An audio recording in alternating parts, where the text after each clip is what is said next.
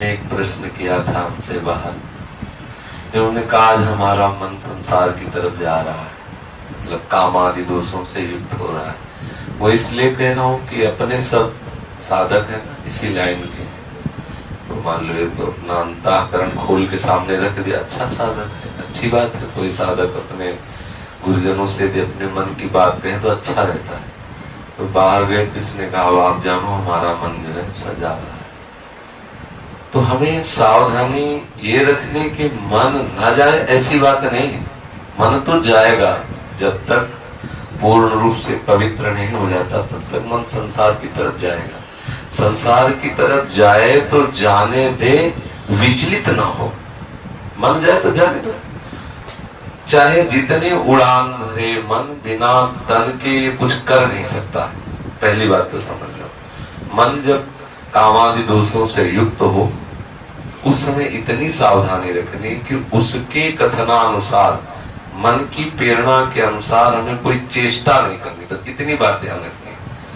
और इस समय ऐसी स्थिति में एकांत सेवन न करें, सदैव संतों के बीच में रहे, क्योंकि एकांत में होने पर मन हावी हो सकता है। नए बच्चे, नए साधक, मन पूर्वकृत किए हुए कर्म का स्मरण कराता है और उस सुख की तृष्णा प्रकट करके विवश करता है सांसारिक की तरफ। साधक को चाहिए उस समय उदासीन होकर के नाम सुमिरन करे। यदि नाम सुमिरन न मन बन पावे, मन है उद्दंडता कर रहा है, तो बस इतना देखता रहे कि मन के अनुसार क्रिया न बनने पावे।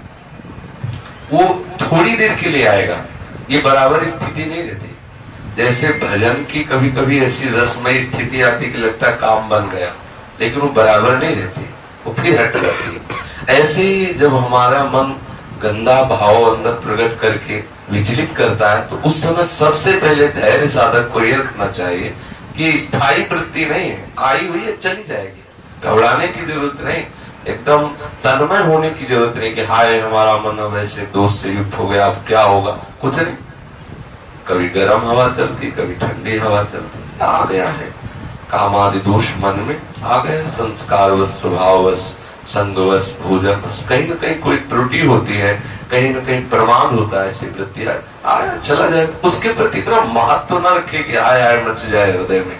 अगर उसके प्रति तन्मयता करोगे तो क्लेश का अनुभव होगा। तो हमें ये सावधान रहना है कि उसके अनुसार क्रिया न हो और उसके प्रति कोई महत्व बुद्धि न दे। भयभीत होने की इसलिए जरूरत नहीं कि मन में इतनी सामर्थ्य नहीं है कि वो क्रिया के बिना हमें नष्ट कर दे, उसमें इतनी सामर्थ्य नहीं। क्रिया होने न पाए इसलिए साधु समाज में रहे, संतों के संग में, साधकों के बीच में रहे, तो क्रिया बनने नहीं पाए। और क्रिया ना बनी तो मन धीरे धीरे धीरे वो अमना होने लगता है। जिस भाव के लिए मन प्रेरित करे उसको वो भाव ना मिले तो धीरे धीरे मन का मन पर नष्ट होने लगता है। जिस सत्ता के कारण मन कहा जाता है, मतलब संकल्प, भोगों का संकल्प ही मन का जीवित रहना है। भोगों से निसंकल्पित हो जाना ही मन का मर जाना है। तो जब हमारे मन में भोगों का संकल्प बने और उसको पूरा ना होने दे तो मन मरने लगता है, मन अमना होने लगता है। इस स्थिति को सहना ही तपस्या है। बाहर से जल पी के रहना, वायु पी के रहना, आग में जलना, और सब बाहर वाली बुले 12 वर्ष खड़े रहना, ये सब बाह्य साधन, इनका विशेष अपने लोगों के हृदय में इनका कोई महत्व नहीं है।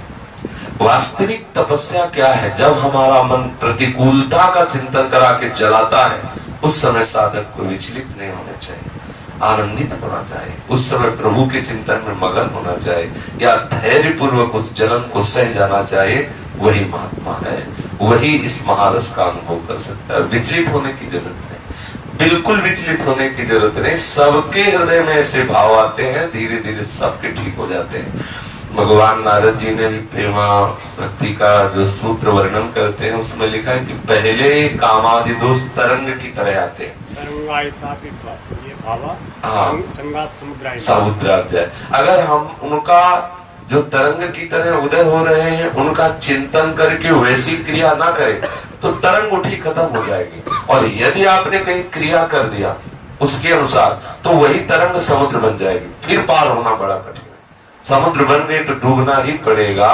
इसलिए साधक को जहां देखे मन में कि काम आदि दोषों की वृत्ति आ रहे, तो जब शत्रु सामने हो तो अगर घबरा गया तो योद्धा किस बात का हो, तो मारा जाएगा।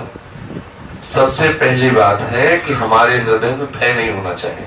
काम आया ठीक है चला जाएगा खत्म, उसके प्रति मातृ बुद्धि इतनी नहीं, और भय सावधानी ये रखनी कि क्रिया न बनने पाए। साधकों के बीच में रह करके हमें उस समय एकांत नहीं, नए साधक को एकांत सेवन उस समय नहीं करना चाहिए।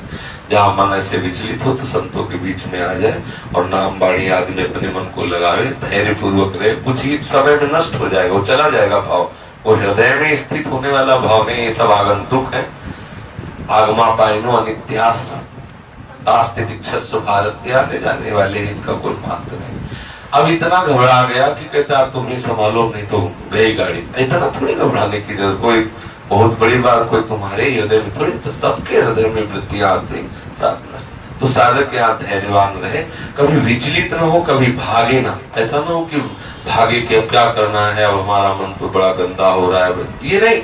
धैर्य आया है, मन में आया, आई वृत्ति चली गई, तब आप देख लो, कुछ ना करो तो चली जाएगी, स्थायी यहाँ कुछ है नहीं। बड़ा वेग आ रहा है, तो कुछ देर धैर्य पूर्वक अपने को बचा रखो, अपने आप को निकल जाएगी वृत्ति करें।